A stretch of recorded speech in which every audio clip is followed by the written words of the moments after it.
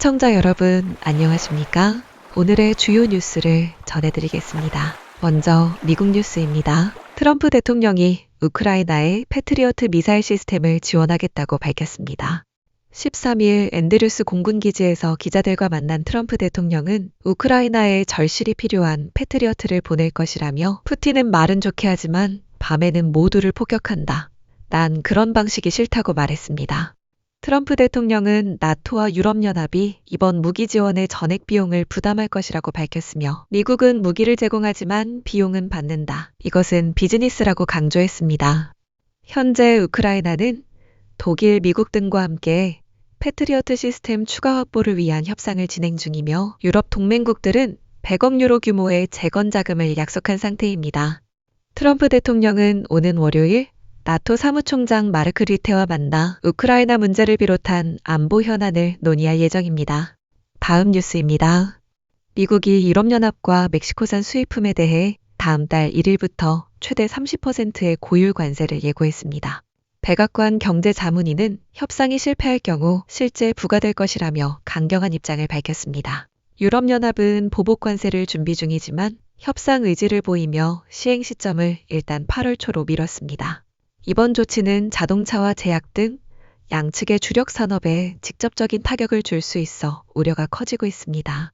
실제로 뉴욕 증시는 관세 발표 이후 하락세로 돌아섰고 기업들은 공급망 재조정 가능성까지 검토 중입니다.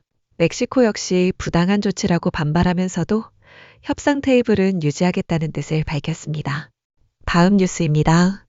미국 농무부가 외국인 농지 소유 문제에 대응하기 위해 국가농지안보행동계획을 발표했습니다.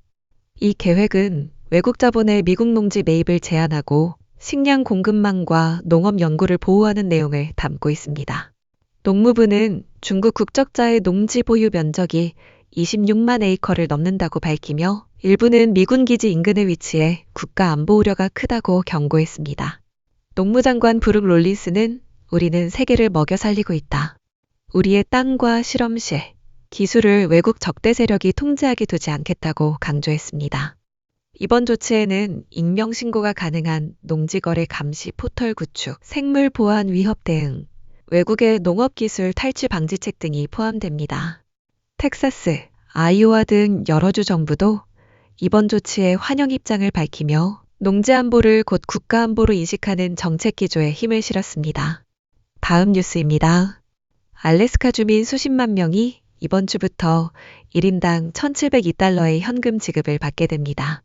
이번 지급은 주정부의 연구기금 배당 프로그램에 따른 것으로 7월 17일부터 신청 자격이 확인된 주민에게 우선 지급됩니다.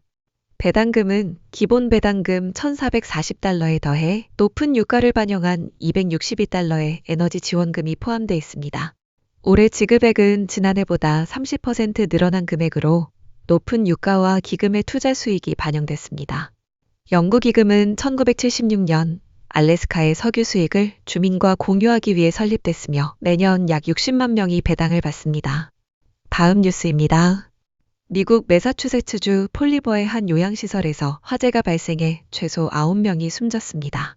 화재는 현지 시간 일요일 밤 9시 30분경 가브리엘 하우스 어시스티드 리빙 레지던스에서 자동화재 경보로 처음 신고됐습니다.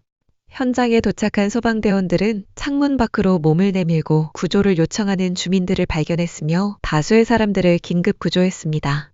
이번 화재로 중상자 1명을 포함해 30명 이상이 병원으로 이송됐고 일부는 화상과 연기 흡입 증상을 보였습니다.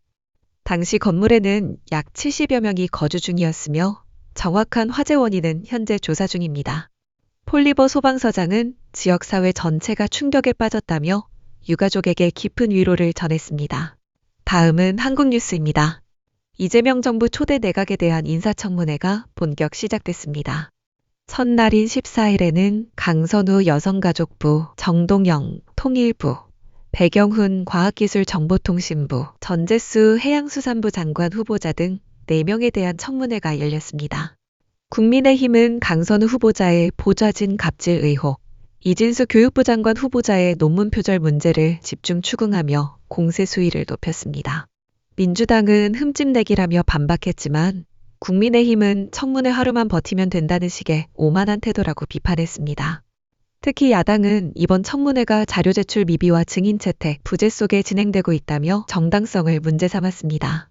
실제로 이날 청문회 중 세 후보자는 증인 없이 신문이 이뤄졌고 강선우 후보자의 경우 증인 2명 중 1명만 출석했습니다. 앞으로 16개 부처장관 후보자에 대한 청문회가 이어질 예정입니다. 다음 뉴스입니다. 이재명 대통령이 14일 5급 신임 공무원들을 대상으로 한 특강에서 공직자는 청렴해야 한다고 강조했습니다. 충북 진천 국가공무원 인재개발원을 찾은 이 대통령은 부패 유혹의 위험성을 언급하며 돈은 막이지만 천사의 얼굴을 하고 온다고 경계심을 당부했습니다. 이어 접대와 유혹은 소소한 일상에서 시작되며 어느 순간 인생 전체를 무너뜨릴 수 있다고 말했습니다.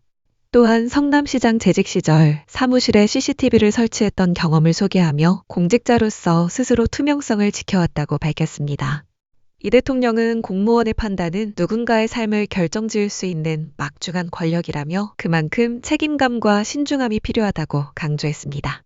한편 이재명 대통령은 취임 전까지 대장동, 백현동, 위례개발 비리, 성남FC 불법 후원금, 대선 허위 발언, 검사 사칭 위증교사, 쌍방울 대북 송금, 경기도 예산 사적 유용 등과 관련된 5건 이상의 재판에 연루돼 있었습니다.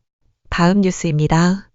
이진숙 부총리 겸 교육부 장관 후보자의 논문 표절 의혹과 관련해 교수학술단체연합체인 범학계 국민검증단이 사퇴를 촉구하고 나섰습니다. 검증단은 14일 대국민 보고회를 열고 이 후보자의 논문 150편을 조사한 결과 16편에서 연구윤리 위반이 확인됐다고 밝혔습니다. 특히 한 논문은 제자 논문과 52% 이상 일치했고 총 8편이 제자의 학위 논문을 바탕으로 일저자를 자신으로 기재한 것으로 드러났습니다. 검증단은 표절률 20% 이상은 학계 기준으로도 심각한 문제라며 이 후보자의 논문 중 일부는 내용과 문장 구조까지 동일하다고 지적했습니다. 이에 대해 후보자 측은 국가연구과제의 일부로 본인이 실질적 기여를 했다고 반박했지만 학계에서는 지도교수가 제일 저자로 오르는 행위 자체가 부적절하다는 비판이 나옵니다. 대한건축학회와 한국색채학회는 각각 입장문을 통해 해당 논문들이 학술지 기준에 부합하며 중복게재로 보기 어렵다고 해명했습니다. 다음 뉴스입니다. 유튜버 등 1인 미디어 창작자들의 고수익에도 불구하고 일부에서 세금 신고가 제대로 이루어지지 않고 있다는 지적이 이어지는 가운데 국세청이 지난해 관련자 21명을 대상으로 세무조사를 진행한 것으로 확인됐습니다. 국회 기획재정위원회 소속 정태호 의원이 국세청에서 제출받은 자료에 따르면 2019년부터 지난해까지 유튜버 67명이 세무조사를 받았고 이들에게 부과된 세액은 총 236억 원에 이릅니다. 2023년과 2024년에는 세무조사 대상과 부과금액이 모두 증가했으며 지난해에는 1인당 평균 4억 2천만 원이 넘는 세금이 부과됐습니다. 국세청은 후원금, 슈퍼챗 등 유튜버 수익 전반에 대해 신고 적정성을 점검하고 있으며 탈루가 확인될 경우 관련 법에 따라 조치하고 있다고 밝혔습니다. 이번 조사는 지방국세청 집계 기준이며 개별 세무서 수준의 조사를 포함할 경우 실제 조사 규모는 더 클 수 있다는 설명입니다. 정태호 의원은 유튜버 수익과 관련한 과세 체계의 사각지대를 보완하고 성실 신고를 유도할 제도적 방안이 필요하다고 말했습니다. 다음 뉴스입니다. 청년 고용이 부진한 가운데 창업시장도 위축되면서 일자리를 찾지 못한 청년들이 이 중에 어려움에 직면하고 있습니다. 고용노동부에 따르면 지난달 고용24를 통한 신규 구인 인원은 1년 전보다 11.2% 줄었지만 구직 인원은 오히려 11.9% 증가해 구인 배수는 0.39까지 낮아졌습니다. 동시에 국세청 자료를 보면 올해 1분기 30세 미만 청년 사업자는 35만 4천여 명으로 1년 전보다 2만 6천여 명 감소했으며 관련 통계 집계 이후 최대 감소폭을 기록했습니다. 소매업과 음식업을 중심으로 청년 사업자 수가 줄었고 창업보다 폐업이 많은 순감소 현상이 3개 분기 연속 이어지고 있습니다. 전문가들은 청년 창업이 기술이나 자본 기반 없이 시작되는 경우가 많아 경기 악화와 고금리 상황에서 취약할 수밖에 없다고 지적합니다. 고용시장과 자영업 환경이 동시에 둔화되는 상황에서 청년층을 위한 맞춤형 일자리 정책과 창업 지원의 실효성 점검이 필요하다는 목소리가 커지고 있습니다. 이상으로 오늘의 뉴스를 마칩니다. 지금까지 시청해주셔서 감사합니다.